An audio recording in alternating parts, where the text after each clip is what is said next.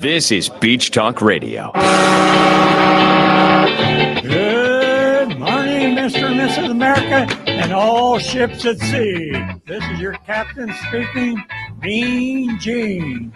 Mean Gene. The following will be a test of the ship's whistle, the sonar alarm, the cable alarm, and the atomic attack alarm. Ladies and gentlemen, with the Gulf of Mexico as their backdrop, broadcasting live from the Margaritaville Resort on Fort Myers Beach, here are the hosts of the dinkiest podcast in America, Kim and Ed Ryan. Thank you all for coming. We are inside the Compass Rose. Is it Compass Rose? Is it called the Compass Rose Ballroom? Okay, I didn't know if it was Compass Rose.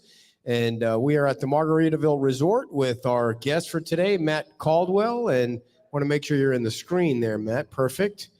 Yeah, you're good to go. And it's a busy day today. Right after the show ends, we're going to do a pub crawl from here to Wahoo Willie's and everywhere in between. So can I just thank? Yes, go right ahead. So I want to thank Don Manthe, who sent the other mug I used actually for coffee at breakfast, and I brought this one down to use today for whatever might go in there. So Thank you so much for those mugs from Ham Lake, Minnesota. Apparently, she said some group, it was a PETA group, wanted them to change the name from Ham Lake to Yam Lake. She said that the mayor there, his response was to order 1,000 beef barbecue sandwiches for people. So I don't think that went over too well. I have no idea what you're talking about, or that went right over my head. But a lot of stuff is going to go right over my head today. The size of the lake, or the shape of the lake, is supposed to look like a ham. And I don't we're going to be on I Loon don't care Lake. if you call it Ham Lake. We're going to be on Loon Lake next weekend when we're at. And you are a loon. In Wisconsin, we're going to Oshkosh for our 6th anniversary show. We have about 300 people that have reserved seats for that show. 6th? This is our 2nd time up there. 6th anniversary show, dear. Pay attention. Well, it's the 2nd time we're going up there, but you sure you want to do this, I don't Matt? know that you're going to do the math so well. Thank God you're not running for property appraiser. I'm wondering why I don't have one of these mugs with whatever you got in it. Well, it's clear. It's water. So Matt Caldwell is the Lee County property appraiser. And Matt, how long have you been the appraiser for now? For 4 years. 4 years. And you're up for election this year, Yes. running unopposed. No, well, we drew an opponent yesterday. Close of qualifying. Right at the last day. Right at the last day. So we'll have a race.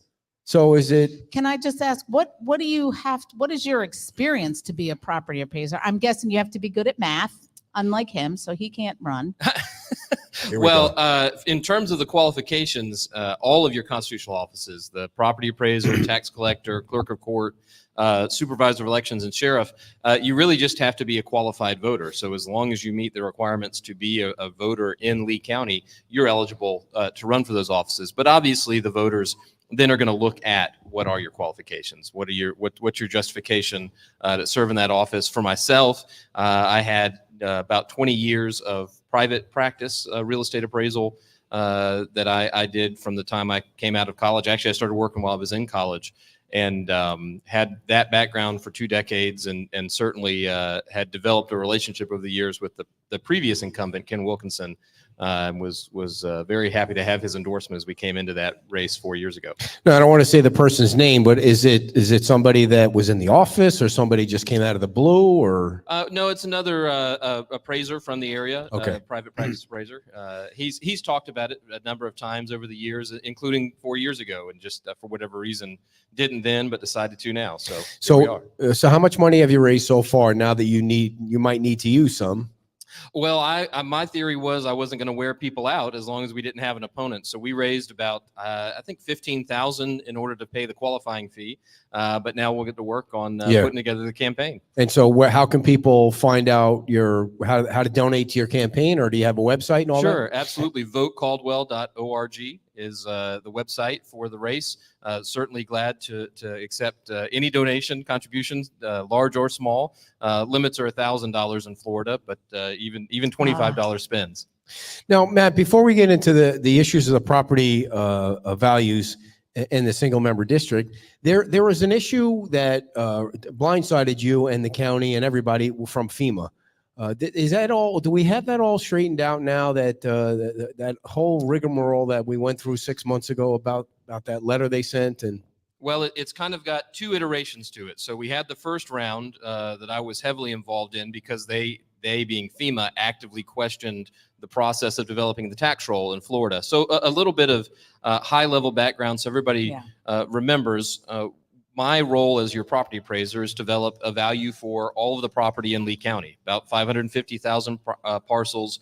It's based on January 1st each year. And we're right in the process. We handed out the early estimate June 1. We're going to hand out the final estimate July 1, and then property owners will get their trim notice in the mail in August that tells them what we've concluded for this year, January 1 of 24, on an individual level for every single one of those properties. And that's the purpose of why we developed the tax roll. Now, when you look at the flood insurance system managed by FEMA, their guidelines allow for several different methods for determining the value of a property after a storm event.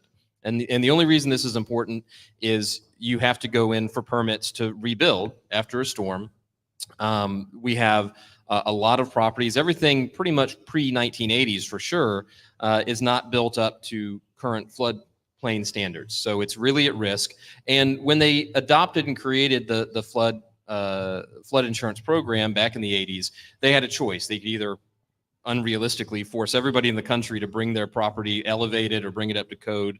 That wasn't going to happen. So they decided instead that the standard was wait and see if and when you have a disaster, then you've got to come in for a permit. And if you were below the flood standards, below the floodplain, you could only rebuild the existing structure if the damage was less than 50% of what it was worth. All right, so that's where we're at.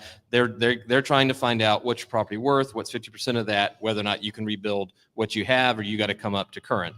And that's where we get drawn in. One of the regular options under the guidelines is they can get a private appraisal. They being the property owners can get a private appraisal. 9 times out of 10, that's going to be your best bet because it's going to be the most accurate. It's going to flow or follow the exact date of the storm when it occurred.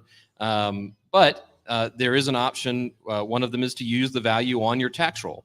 Now, if you only have minor damage, that's probably a great option. If all you got to do is pull a permit to fix the roof covering, you're probably going to be well within the margins. But it's not ideal. We do our appraisal as of January 1st. Well, in this case, like in Ian happened at the end of September. Right. So you got a big date difference between those two values.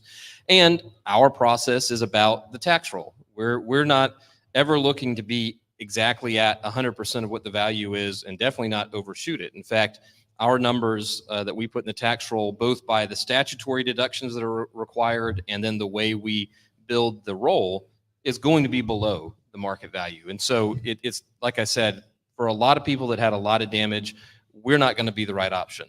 Now, that gets us to FEMA's argument with us last year. They were auditing, as they are apt to do, all of the permit work being done in the county and the cities. And through their audit, not talking to us, not asking us questions to understand better how the tax roll is assembled in Florida, the unique aspects about it, they came out and claimed that our tax roll was completely invalid, that it was inconsistent and inequitable. And what it ultimately turned out to be is they didn't understand how the homestead exemption works in Florida. And so they were looking at not the actual values, they were looking at the capped assessments based upon however many years you had owned your house. So if you're somebody that owned a house under the homestead exemption for 10, 15, 20 years, your taxable value may be half of what your actual value is, which is the purpose of that protection. Right. Well, they didn't understand it. And so it took a couple of weeks of back and forth, some really tough conversations, calling them to task. It was clear to me that by and large, a lot of the folks, for whatever reason, assigned to that agency really don't understand appraisal. They don't understand the process they've been asked to oversee. But they relented. After we explained it, we won that argument. The taxpayers in Lee County were able to rely on our tax roll in order to move forward again and have been since then. But now they've come back, and they're criticizing once again the permit work being done by the counties and the cities. It's not directly tied to our tax roll process, but being part of the administration of this, we've been involved in commenting and providing feedback to the cities and the county. So far, I think as of this last week, FEMA said that they're going to take another 30 days to review everything that the cities and the county have turned in. The deadline was June 10th. I'm hopeful, I'm hopeful that the fact that they admitted they needed more time, again, confirms they really have a hard time understanding what we're working on here. Morning. And so what the goal is to try and get the 25% discount back for everybody in Lee County. Yeah. So, last year it was, the tax roll is invalid and it's not able to be used anymore. They lost that argument. We won that argument. Now this time is the county and cities are approving permits without enough inspection or enough oversight. I got dragged into it partly because one of FEMA's claims is they should use our aerial flights as a way to generate code compliance inspections. Well, that's not an on-the-ground view of the property. From way up there. You can't at all, but there's also a huge equity problem because our flights are only a 1 or 2 day snapshot. So if you're just the unlucky property owner that got caught in that snapshot, you're the one that's going to get punished, but everybody else doesn't. You can't enforce regulations. Certainly under state law, you can't enforce regulations unequally. You can't take a method that will only capture certain people unequally. Your methods have to be equitable in terms of how it treats everyone. And the feds may think they can get away with that, but I certainly don't think the state or the county is going to put up with it. All right. So. Oh, go ahead. Okay. I was trying to review everything. So as we go along, I'll pop in stuff. It's a lot sometimes. It is a lot. And let me just say this. I tried to give you the okay to say something. You said you weren't going to say something, and now I'm ready to say something. When you were talking about the recent thing with FEMA, that 25% has nothing to do with your property tax. It's the discount on the flood insurance. Mm-hmm. Okay. Yeah. Yeah. That the penalty would be that we would lose the pretty much premium position. It's hard to get a bigger discount than we have right now. Mm-hmm. There's technically a couple more categories, I think, but nobody ever gets there.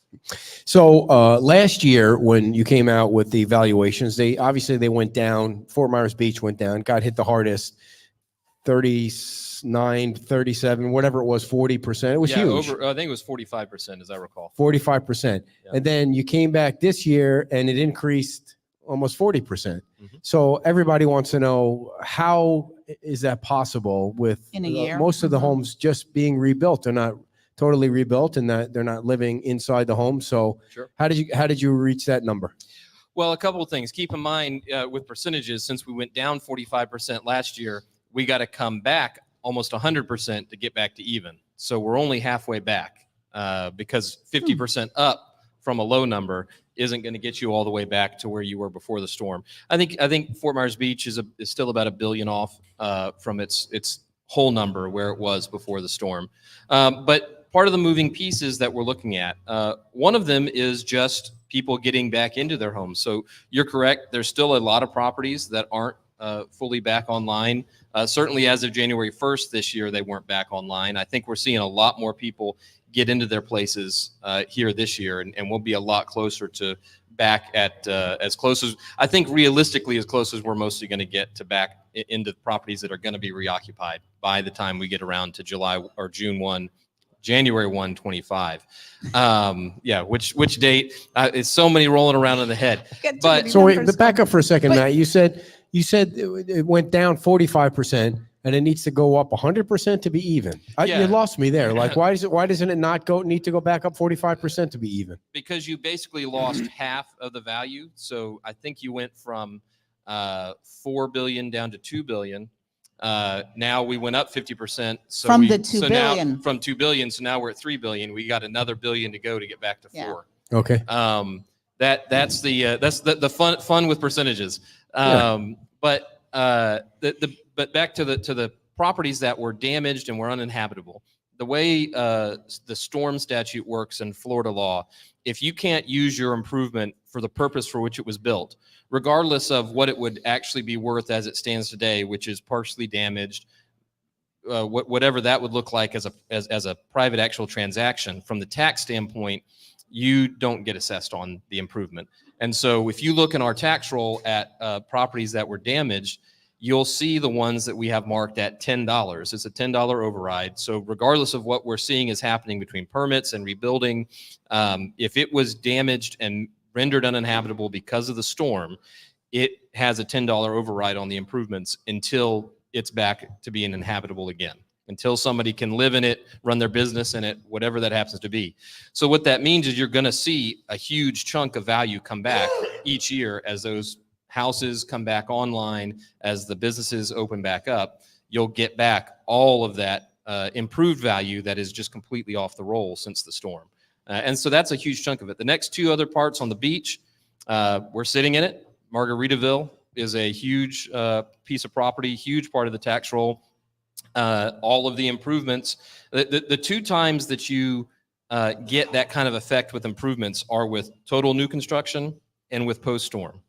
So, I mean, obviously this took multiple years to build, but when it was under construction, it was worth something even as a shell building. We all know that as a matter of reality. But for the tax purposes, until you actually occupy that new construction, we ignore the shell. And so you saw the whole value of the improvement come on the year that it opened for business, the January 1, right after it opened for business. And that's the same thing you're seeing happen with all those hurricane pieces. And then the last one is just land value. I mean, Red Coconut is the example everybody talks about and looks at. You've got a piece of property that had been operated as a RV park for 50 plus years. Because it had been owned by the same family for so long and was under the tax cap, it was only being taxed at about $10 million in value. Now that it's a new owner, it's a totally new value. And right now, I think we had the estimate at $35 million.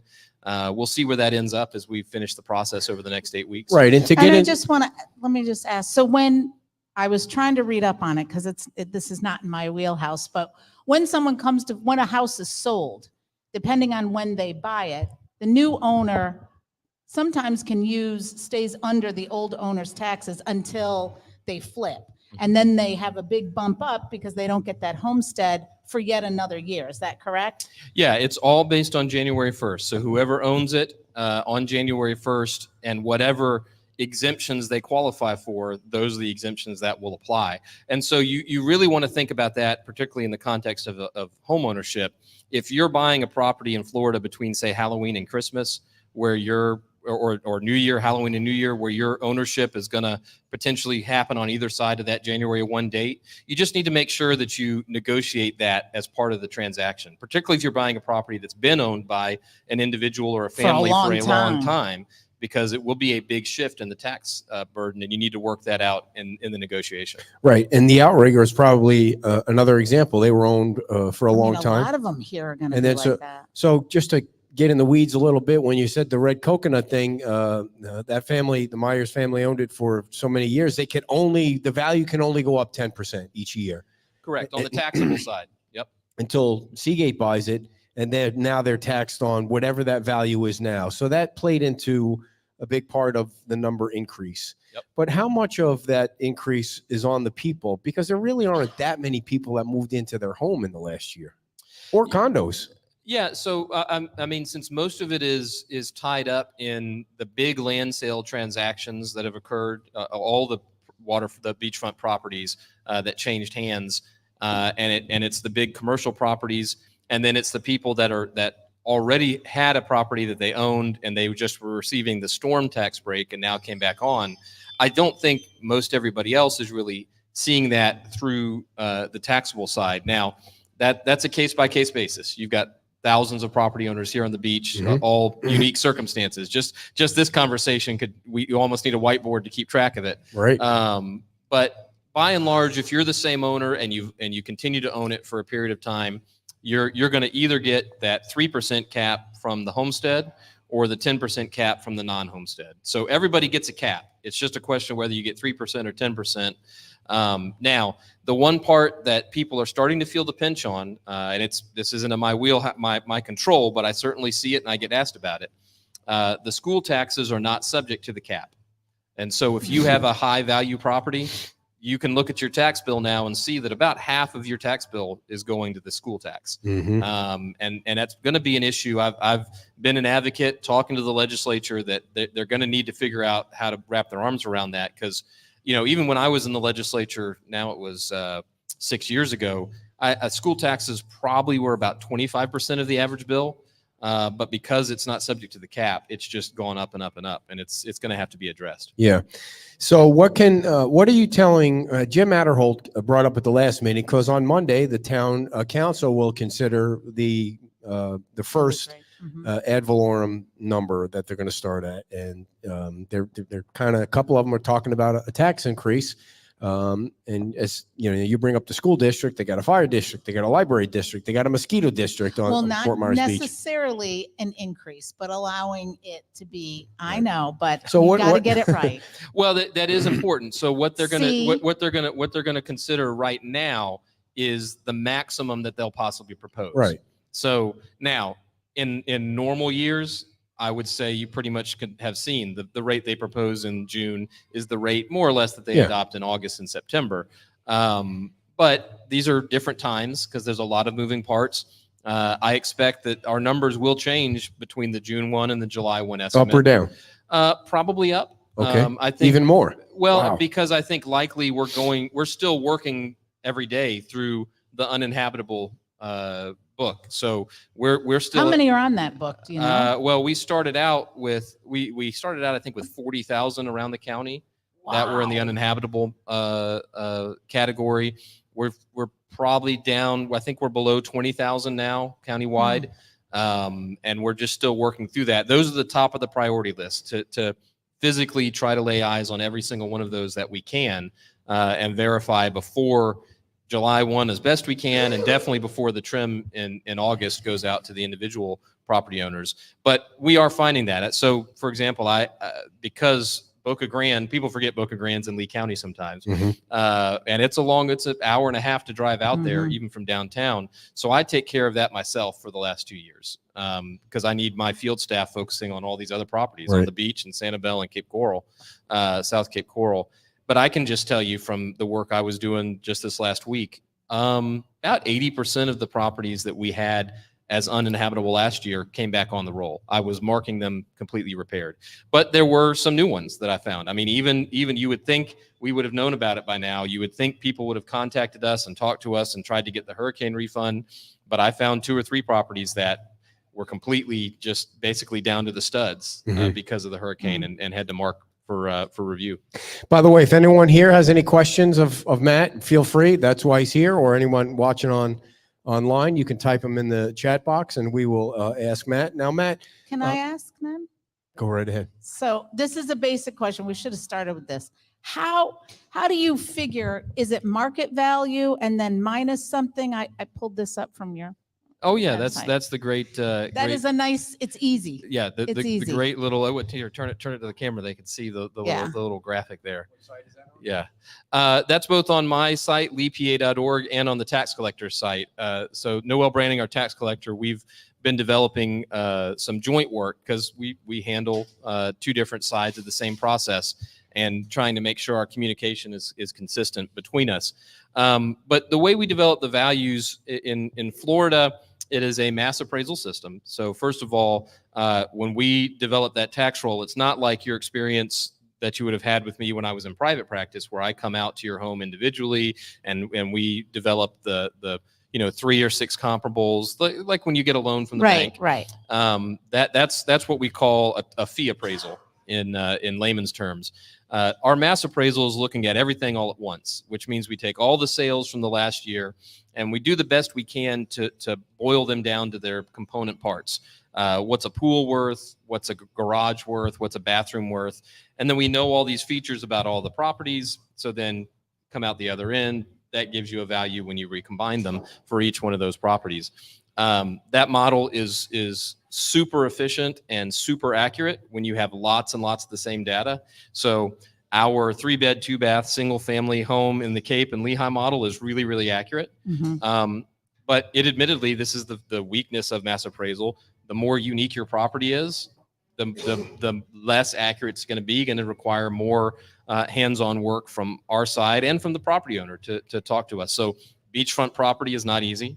It's not easy in a fee appraisal context, definitely not easy in a mass appraisal context. So we spend a lot of extra effort looking at those properties. Now, the other big difference between the value we develop through that method and what you get in the market, your market value is almost always going to include commissions for your real estate agents. It's going to include usually some small percentage for closing costs. Most buyers these days roll it together. Florida law requires that we exclude all non-real estate components. So we take all of those sale prices from last year and we reduce them so that we make sure we've taken away any possibility of non-real estate consideration inside that sale price. So just by basic logic, our taxable values, our just value should always be lower than what you think of as market value. Right. But as a matter of law, we are developing a market value. It's just pure real estate. So how did the condos on Fort Myers Beach fit into all this? Sorry. It's a lot to take in. That never happens to you. How are the condos doing? Are they going up? Because nobody's in them. You know, Well, yeah, some of them are back, some of them aren't. And the sales transactions are really, really complicated. Because how does that affect? Well, we're working through it because I can show you examples between both Sanibel and Fort Myers Beach where folks for the same unit basically are paying what you would say is a disaster price and paying more than what it was paid before the storm. I mean, I think that's what we're hearing is people are saying they're getting less. So why are they paying more? Well, I think that the only logical conclusion is those buyers are betting on what the project will look like when it's redone. They're betting that essentially what they're buying in is still at a lower price than what it will be worth once the complex is fully rehabilitated and reopens at basically a 2025 condition. You go from having a condo. A lot of the condos out here were built in the late 70s through the mid 80s. So you go from having a 40-year-old unit to, other than the concrete, the whole place is brand new. That seems to be the conclusion in the bet that buyers are making. So what about next year? How do you as I was starting to say before, the vice mayor is thinking that you're hinting that things are going to be really, really in good shape a year or two from now, and that maybe they can suck it up on the tax increase for a year and not raise taxes, and then things will really be back.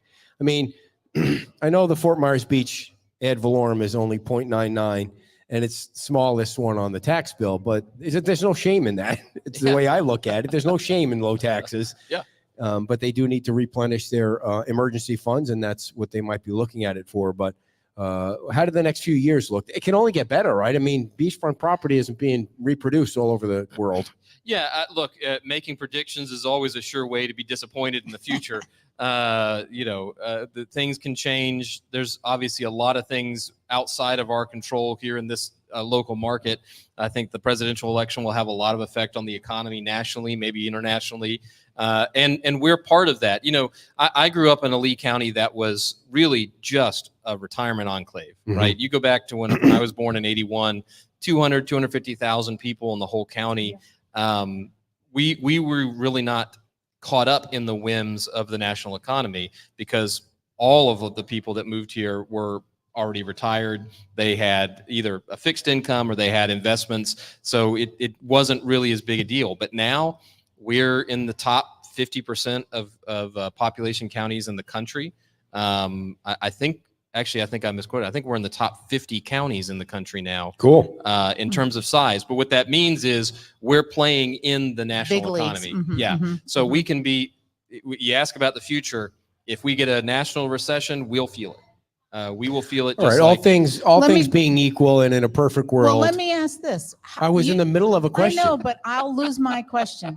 You were talking before about, was at this percent and then it went down to 43 and and that's still only halfway. How long do you think it'll take to get back up to 100%? Yeah. So let's assume the national economy doesn't affect us at all. I expect pretty much any improvements that were taken down to the $10 override because of the storm that are going to get reoccupied will be reoccupied by next year.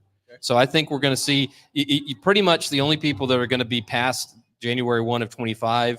I mean, they were dealing with a real bad situation. I mean, it's hard to imagine after 2.5, 3 years where you're not getting somewhere. Well, did you drive down Estero Boulevard and look at some of those commercial buildings? Well, the question is, you're going to rebuild that versus demoing it, right? By the time you get out to the third year, you would think if you were in that bad a shape, you probably would have torn it down altogether and gone back to scratch. Right. And so that's really in my mind, just a logical cut line. Is that most everybody that's going to get back into something that they didn't have to tear down, they will be back into it. Probably 90% of them will be back into it by January 1, 25. Didn't have to tear it down. They didn't have to tear it down. And when the town approves all these 17-story condo buildings, can you imagine how nice it's going to be? It could be a real shift. Nobody you know, the question. These people just want to drink. They're just waiting for 12 o'clock. They're ready to go. This is way too much.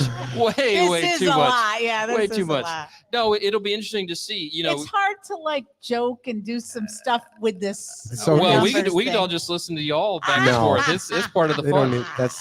They get enough of that. It'll be a lot of change. Knowing the history of Fort Myers Beach, what really spurred incorporation was the height in the Diamond Head project. You bring that up, and it's been so unfair to Diamond Head because everybody picks on Diamond Head because they were the culprits. But if it wasn't for Diamond Head after the storm, this community would have nowhere to hold a meeting. That is the irony because Diamond Head was the nerve center, and that's where I think. That's exactly the point of what's going to be the debate politically.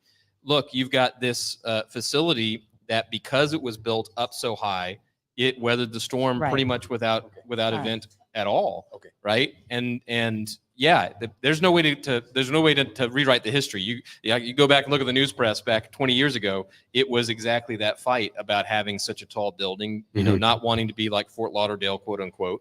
But Miami, that's what you hear now. Miami, but it's clear that you're going to have some height to get above the storm surge because you look at who's been able to come back immediately. This place was able to be finished. Pink Shell was back open very quickly. Yes. And Diamond Head didn't shut down at all. And so if you want to be able to weather the storm, at least particularly directly on the Gulf, then you're going to need to build it in a way that's stormproof. So your advice to the town council tomorrow is to set the ad valorem rate at where it is? Do not let him put words in your mouth. I mean, you can't put me into that. The beauty is I'm not the bad guy. I'm always the good guy in the tax equation. I'm here to represent the property owners, and the council and the commission got to make the hard choice on the I knew you wouldn't answer that, Matt. But the other thing too, when I saw you release those numbers, and I saw I fell out of my chair when I saw Fort Myers Beach was up so high, and then I looked at Sanibel and it's basically flat.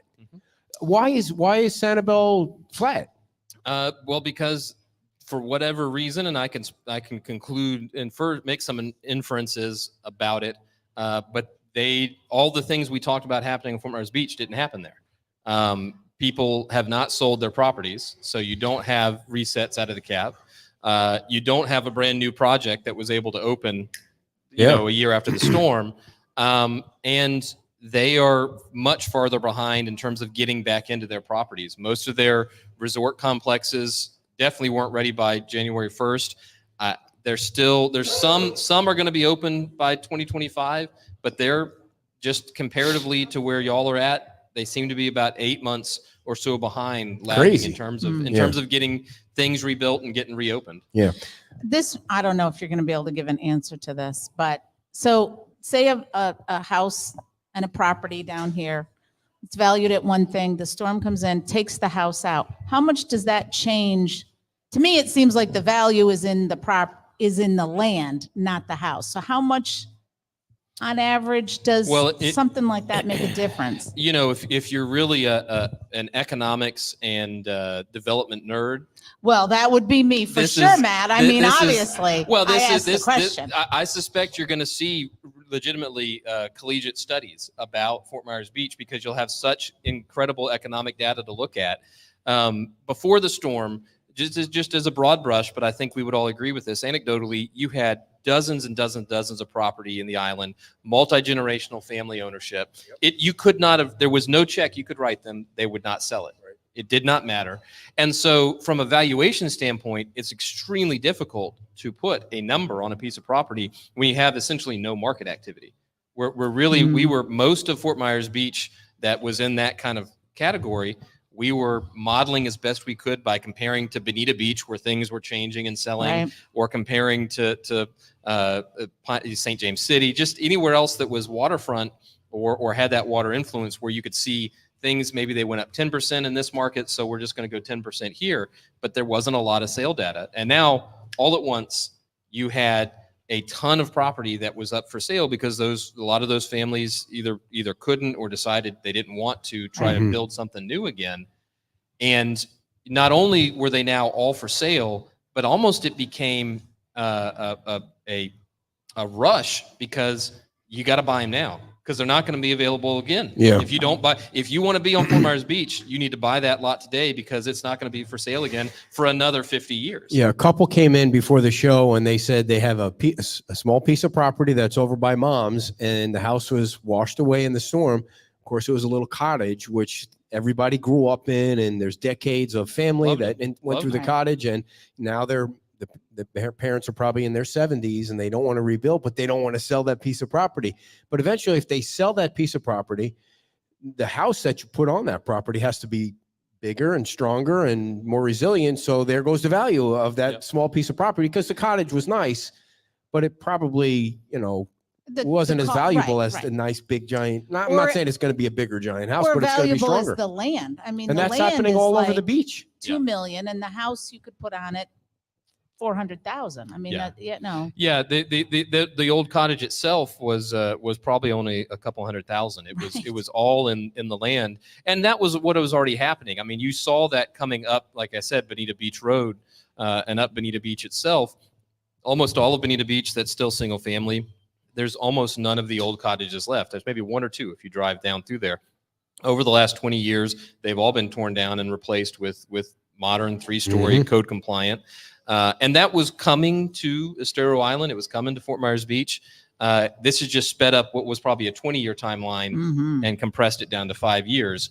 But back to that price discovery, I think, if you think about a curve, normal distribution of values, it was always almost a U instead of a right side up, because you again, if you want to be on Fort Myers Beach, it's all for sale right now, which you would say, okay, if you got a bunch all sale at the same time, well, that depresses prices because there's more property than there's buyers. More inventory. Right. But the buyer pool was essentially unlimited. Because even if you're saying 1,000 or 2,000 lots, there's still more than that many people in the world that want to get in. And this is the only time to do it. And you got to do it now, because it'll be you'll have to wait and buy the mansion, because the land won't be there anymore. So before we change the subject, does anybody have any questions? Are you good? You want to ask the question? Can I ask a couple questions? You have to do it on the mic though, because the people that are watching have to be able to hear it. So come on over. They won't see you. Don't worry about it. They won't see you. Yep. My name is Jerry Prosnick. I live on Fort Myers Beach. The first question has to do with the appeal process, the property appeal process. When you appeal your property to a magistrate, is that a county circuit court magistrate, to appeal the value if you're not satisfied with the value? So my question is, how many people? So you had a large increase in appeal requests, I believe, last year. Is that correct? More or less. So what I'll do is I'll talk about the appeal process. Let's do that. So everybody, we talked earlier about the trim notices. They go out in the middle of August. That tells every individual property owner what the conclusion was for that year. That starts a clock. You've got 25 days from the time the trim notice goes out to file an appeal, if that's what you want to do. Now, I will always take the moment to remind everybody, if there's a factual error, you don't have to file an appeal. If we said you got 3 bathrooms, but you only got 2, you just have to call us, and we're required by law to fix that.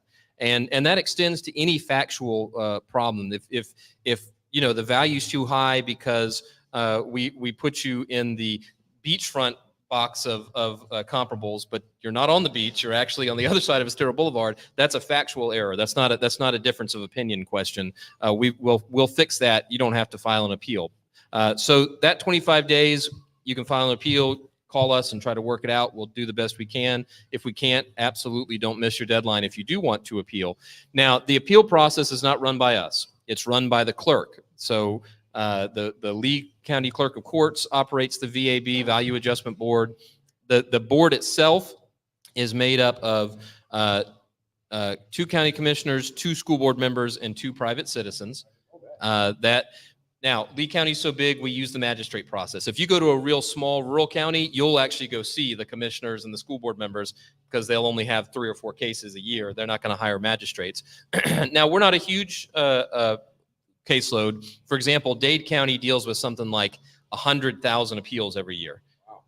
We usually average around 2,000 appeals in any given year. We had about 3,500 this year post-storm, which is about double, but still compared to 550,000 properties, we were worried it was going to be 10,000. Honestly, that was what we were mentally prepared for because of how big the storm was. Again, 40,000 uninhabitable houses, 100,000 impacted by the storm. So we were actually pleased that we only had 3,500, and we're going to get it the VABs resolved one way or the other before July 1. The goal is to get it done before you finish the next tax roll and not have them overlap each other. So we finished all the residential about a month ago, and we've got a few commercial left with 1 tax rep that represents a bunch of folks.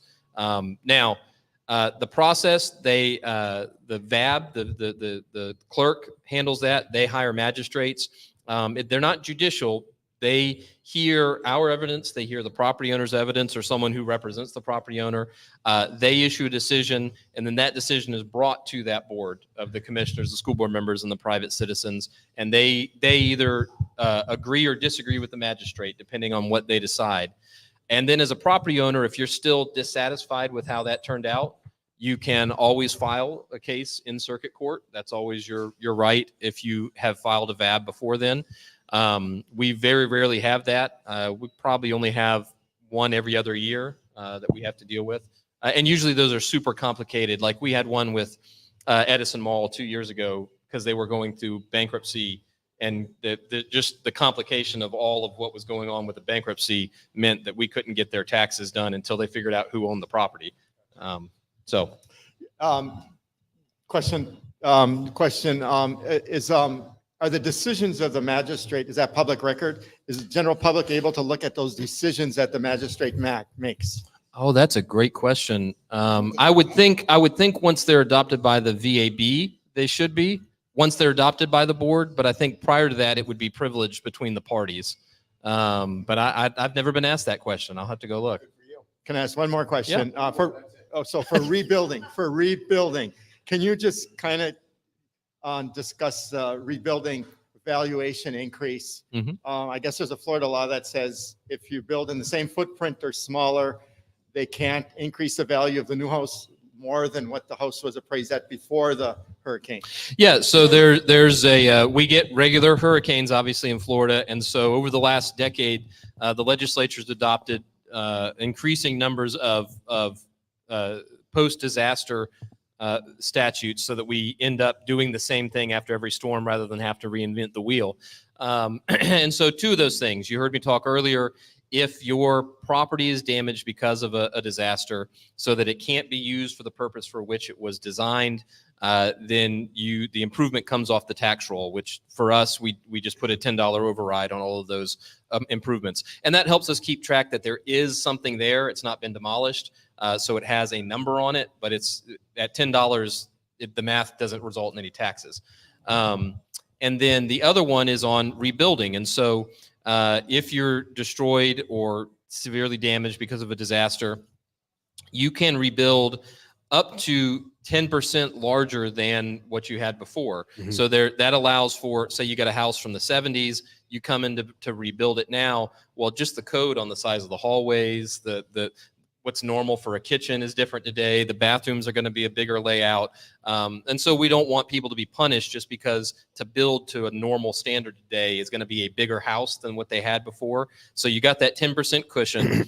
But as long as you're under that 10% larger size, you will come back on at the same value metrics you had before the storm.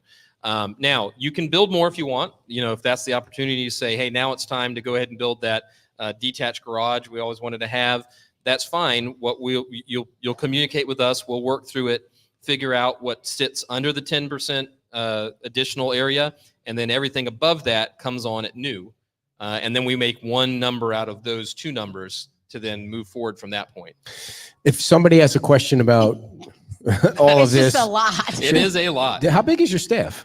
We've got about 90 FTEs, which we're very proud of the fact that's about half the size of every large county in Florida. So we're number 2 most efficient cost per parcel. There's a little county up in North Florida that snuck ahead of us. We're gonna try to get back to the number 1 Come on, man. spot. What kind of crap is that, man? How How do many you let that happen? calculators are they walking around with too? Anyway, they've only got about 5 employees, so that's a real efficient ratio for them. So how can people, if they have a question about their evaluation or what you guys are doing, how do they reach the office? They reach out. leepa.org is the website, leepa.org, and they will see on there. They can live chat with our staff that's there in the office. They can call the phone line and they'll get the same staff that's there in the office.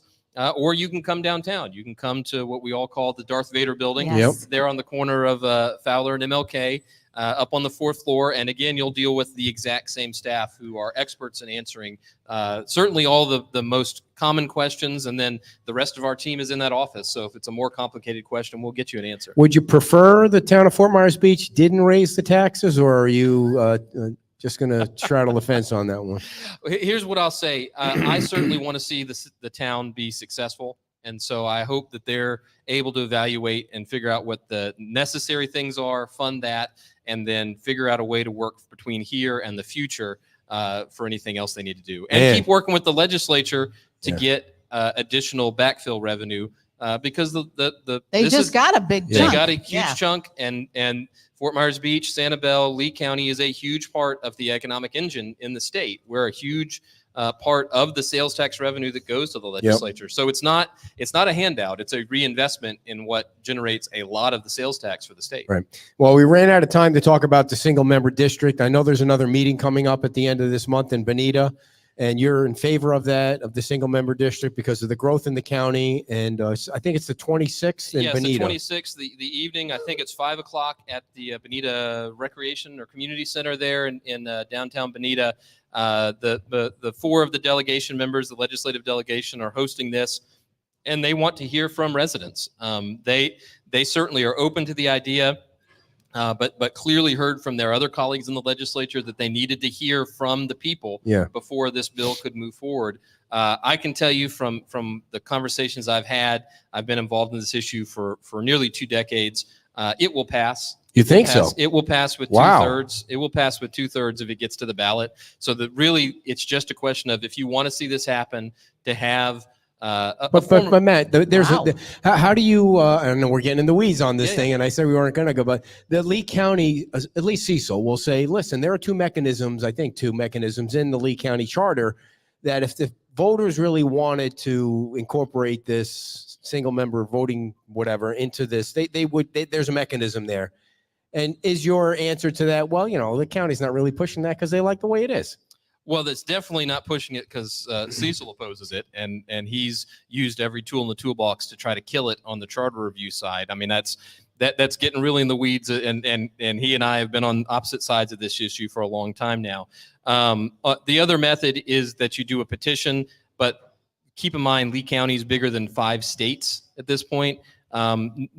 It's not feasible or realistic. It's not just this issue. Nobody does petitions when you'd have to spend probably $2 million to get the number of petitions because of how many voters we have here. We have almost 500,000 voters. Yeah. It's just not a realistic idea. So, and the thing to keep in mind, the legislature created the county. The legislature could consider a bill next year to dissolve Lee County. So the idea that the body that could dissolve the county doesn't have the right to represent the voters. Why of the isn't county. it unanimous? So when you talk to some of the other delegation, when I talk to some of the other delegation, they're like, we don't really think we should be sticking our nose in that. If it was unanimous, it'd be a little different, I think. With only 4, Is it really? Well, it's 4 of the 5 that live in Lee County. Okay. So for the delegation, there's a couple of folks that represent us from outside the county, and they're the ones that are most deferential. They're the ones who've said, "I don't live in Lee County. Let the You people need decide. well," Yeah. You and guys they fight it said, out. "Hold the town halls and show Right. us that there's support for us, and we can't Yeah, oppose it." And if you go to the town hall, can you please act like an adult? I mean, the one in Here we Lehigh go. was. I mean, it was just. It was a little rowdy. Yeah. But I think it's reflective of just how frustrated Lehigh is. Lehigh has Yes. never had a county commissioner. Right. In its 70-year history, it's never had a county commissioner. I'm trying to think. And the growth out there. Oh, the in growth out last- there is enormous. But right now, we've got Ray Sandelli representing this district here, but he's the first person ever to live south of Alico Road. Oh, and, wow. and be on the county commission. Yeah, and the other thing too is I do feel like Lehigh gets screwed, and I also feel like minorities don't really get a fair shot to be represented on. And I don't know if that's the right thing to say, but Well, no, it's But good. It's you said it. no, I do. well, I've said this too. You're never going to see a Frank Mann again on. You're never going to see it. Not that I care that much, but you're never going to see a Democrat that kind of challenges the 5 that we have now. I fit in that group most of the time, but it's just like every once in a while you want to hear an opposing view Well, to something. a couple of things to keep in mind. One, even the county commission is not in lockstep on this. The county commission is 3-2 against it. So it's one person flips and this goes on the ballot. They can do it themselves. They don't I need see. a delegation. So you only need one commissioner to change their mind, and this argument's over anyway. So you got Cecil. Who else is opposed? Ray's opposed, and so is Greenwell. Greenwell and see. Sandelli voted no. Yeah. I see. Yeah. All right. So Matt, give everyone your campaign information again, so we can make sure that you win in November. I mean, Well, come on. I Why do you appreciate- register the last day? I mean, it's like you're hiding in the weeds, and then you put your name in on the last day. Well, listen, interesting things happen every election cycle. VoteCaldwell.org. VoteCaldwell.org is the website. You can find out more. You can donate. You can connect with the campaign. And then I'm on Facebook. I'm on Twitter. Have been for more than a decade. X. It's called X. Oh, now. that's right. Yes. X, on. formerly known as Twitter, whichever. But I think Ed will at you. attest. It's pretty easy to get a hold of me. Yeah. If you want to, it's. And it you've doesn't always been change. great, and you always answer all the questions. So thank you for coming down to Fort Myers Beach and answering all the Yeah. questions. Big hand for Matt Caldwell, everybody. Thank you all very much. Thank you very much, Matt. Appreciate you coming down. And before we get out of here, folks, by the way, the pub crawl starts shortly. Our first prize that we're giving away, in addition to the 50-50, is a complimentary 3-night stay here at Margaritaville. 3 nights. So you have to be in the 50-50 raffle. And we're going to do this drawing at the very end of while we're here. We're going to be right out here at License to Chill. And in addition to the 3-night stay, you're going to get a $100 gift certificate to License to Chill. So it's going to be free, and you're going to get free money.